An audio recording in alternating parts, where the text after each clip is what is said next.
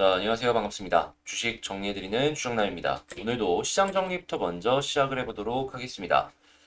일단 미국 증시가 그냥 폭락을 해버렸죠. 하다 보니까 한국 증시에도 악영향을 줄 것이다라는 게 너무나도 잘 예상이 되고 있는데 어떤 일들이 있었는지만 간단하게 말씀을 드리자면 이 전일 FOMC 회의 결과에서 파월 의장이 나름 이전에 나왔던 이야기들보다 긍정적인 이야기를 하면서 시장에 굉장히 괜찮은 안도 랠리를 줬습니다. 한데 이 칼라일 그룹의 데이비드 루벤스타인 공동 창립자가 CNBC에 출연을 해서 투자자들이 금리 인상이 시장의 경제에 가져올 역풍을 좀 다시 한번 생각을 해봐야 된다라고 언급을 했고 두 번의 회의에서 50bp씩 더 인상을 하게 된다면 금융환경 같은 경우에는 더욱더 위축할 것이다라고 전망을 했거든요.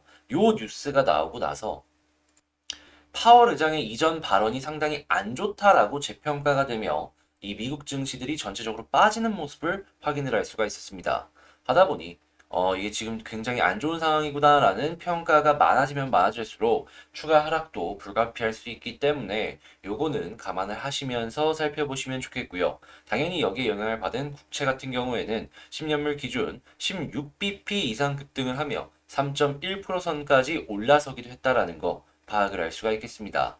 자, WTI 같은 경우에는 108.26달러 0.42% 상승 마감하였고요. 달러는 강세에 금 역시 상승 마감하였습니다. 자, 그럼 보다 더 디테일한 내용을 위해서 뉴스 하나씩 바라보도록 하겠습니다.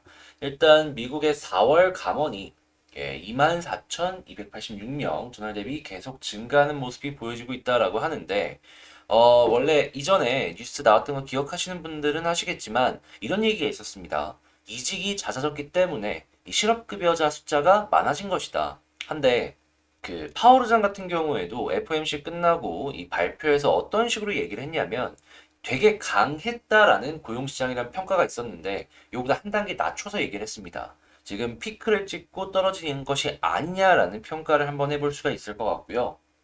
지금 미국 같은 경우는 생산성마저도 감소를 했다라고 하기 때문에 미국 경기가 차근차근 조금씩 고점을 찍고 떨어지는 것이 아니냐, 이걸 의심을 해봐야 될 것 같습니다. 자, 그리고 지금 현재 EU가 러시아산의 원유를 구입하지 않을 것이다라는 전망이 속속히 들어오고 있는데 당연히 오펙 플러스가 이 원유 급등에 발맞춰 갖고 약간 더 증산하는 이러한 모습을 보여주고 있는 걸 확인을 할 수가 있겠습니다. 하지만 어차피 고유가 상황이라면 이 가격이 떨궈지지 않도록 그냥 최소한의 양만 증산을 계속 할 것이다 라고 전망이 되거든요. 그래서 이 에너지 가격 부분에 있어서 이 정도 증산이 얼마나 영향을 줄지에 대해서는 의구심을 갖고 봐야 되지 않나 이렇게 생각을 하고 실제 이 뉴스 나왔는데도 불구하고 오히려 국제유가는 108불 이상으로 계속해서 왔다 갔다 해주고 있잖아요. 그렇기에 요거는 일단 조금 더 숫자가 늘어나야지 시장에 미치는 영향이 커지지 않을까 생각을 해볼 수가 있을 것 같습니다. 자, 그리고 미국 재무부 같은 경우에는 지금 러시아 달러채 이자 지급이 완료되었다라고 이야기를 했어요. 디폴트는 걱정할 필요가 없다라고 생각을 해볼 수가 있는데, 당연히 아직까지는 이 러시아산의 에너지가 잘 팔리고 있다라는 걸 알 수가 있는 아주 중요한 지표로 우리는 분석을 해볼 수가 있겠습니다. 그런데 중요한 건 이 EU 쪽 같은 경우에는 이 러시아의 전쟁에 대해서 항의하기 위해서 러시아산 제품을 안 쓰는 거잖아요. 근데 러시아 입장에서도 너희 우리 거 안 사? 그러면 우리도 요거 전략적으로 안 팔 거야. 라고 이야기가 나올 수밖에 없습니다. 물론 천연가스 같은 경우에는 러시아가 이제 천연가스를 안 팔게 된다면 이 진짜 말 그대로 가치 죽자까지도 연결이 되기 때문에 그건 아니고 그보다 이제 비중이 조금 낮은 석탄의 수출을 금지하는데 가닥을 좀 잡고 있다라는 걸 이제 확인을 할 수가 있는데요. 고래 싸움에 새우등 터진다고 한국 같은 경우에도 여기에 영향을 받을 수밖에 없을 것 같네요. 지금 한국전력의 이 적자가 10조가 넘을 것이다라고 전망이 되는 가운데 에너지 가격이 또 올라가게 된다면 이게 부담이 더욱더 커질 수밖에 없으니까요. 그리고 현재 중국의 봉쇄가 이 에너지랑 곡물 쪽에 물가를 더욱더 부추길 것이다라는 파월 의장의 발언 또한 있었습니다. 현재 이 PC를 기준으로 놓고 보았을 때 이 근원 PC 그러니까 에너지랑 곡물을 제외하면 어느 정도 안정이 되는 모습을 보여주고 있거든요. 근데 에너지랑 곡물이 계속해서 이제 올라가주는 모습을 보여주게 된다면 근원이 그렇게 이제 좀 안정이 된다라고 하더라도 전체적으로는 우상향을 할 수밖에 없기 때문에 시장에는 악영향을 줄 수 있거든요. 당연히 이 미국이 이러면 한국은 더 심하겠죠. 미국은 이 자국 내에서 가스랑 석유를 다 만들잖아요. 그런데도 불구하고 올라가는 상황에 이 부담이 된다라는 것인데 한국은 다 수입을 해오다 보니까 이게 더욱더 크게 문제가 될 것 같은데 자, 이걸 보면서 우리가 생각할 수 있는 거. 만약에 우리 실질적인 이 돈 나가는 게 부담스러운 건 어쩔 수 없겠지만 투자를 한다면 이렇게 이 물가가 올라갔을 때 근본적인 원자재 가격이 올라갔을 때 소비자나 아니면 기업들에게 이 가격 전가가 되는 기업들로 사야 된다. 그게 안 되면 이 올라가는 이 원자재 가격에 깔려 죽을 것이다. 요거 이제 생각을 하시면서 보시면 좋을 것 같습니다. 무조건 지금은 만약에 한다면 원자재 가격에 대응되는 기업들만 봐야 됩니다.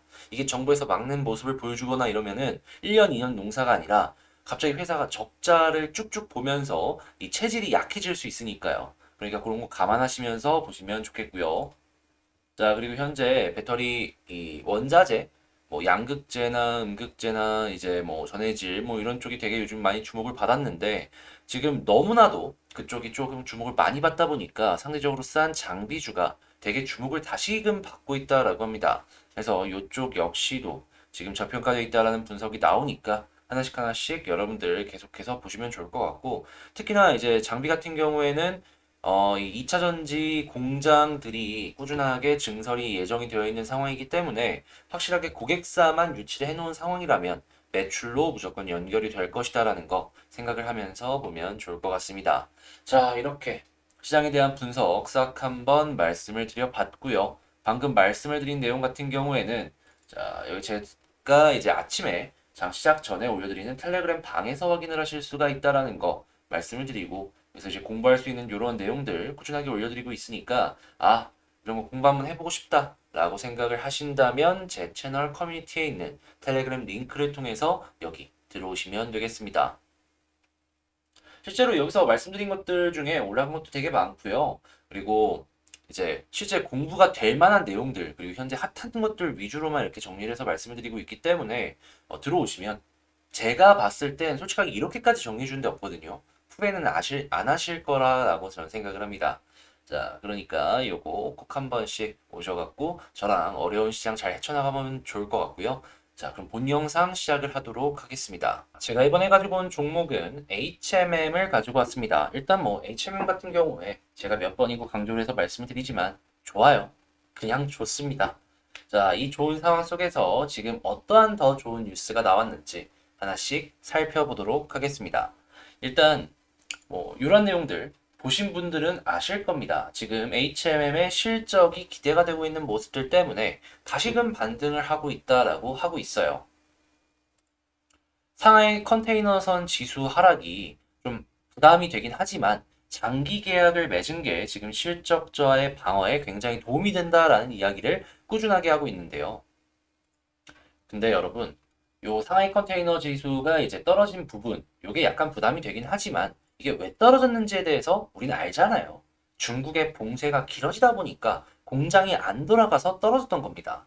근데 봉쇄 풀리고 공장들이 풀가동하기 시작을 하면은 배는 일정해요. 뭐 늘어나거나 줄어드는 것 없이 일정합니다. 그러면 요 배를 차지하기 위해서 이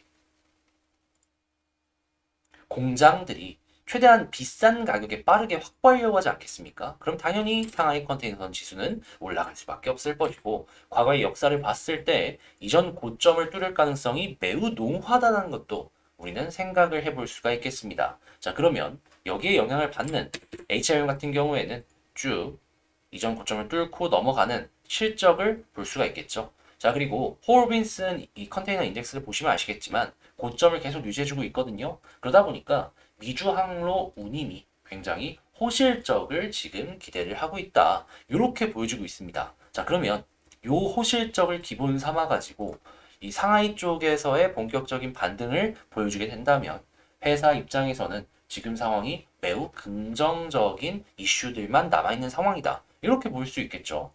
그러면 이제 수급을 딱 봤을 때 야, 지금 외국인도 들어오고 기관도 들어오고 왜 이런 모습이 들어오는지 이해가 가능하다라는 겁니다. 특히나 기관 쪽은 되게 꾸준하게 매수를 하고 있어요. 이게 괜히 이렇게 모습이 나오는 것이 아니다라는 것이죠. 자, 그러면 여기 수급에서 보기 좋을 만한 내용들은 외국인 기관 계속 플러스 찍어주게 된다면 우리 이거 계속 올라가기 전에 힘 모으고 있는 상황이다라고 생각을 하시면서 보시면 좋을 것 같고요.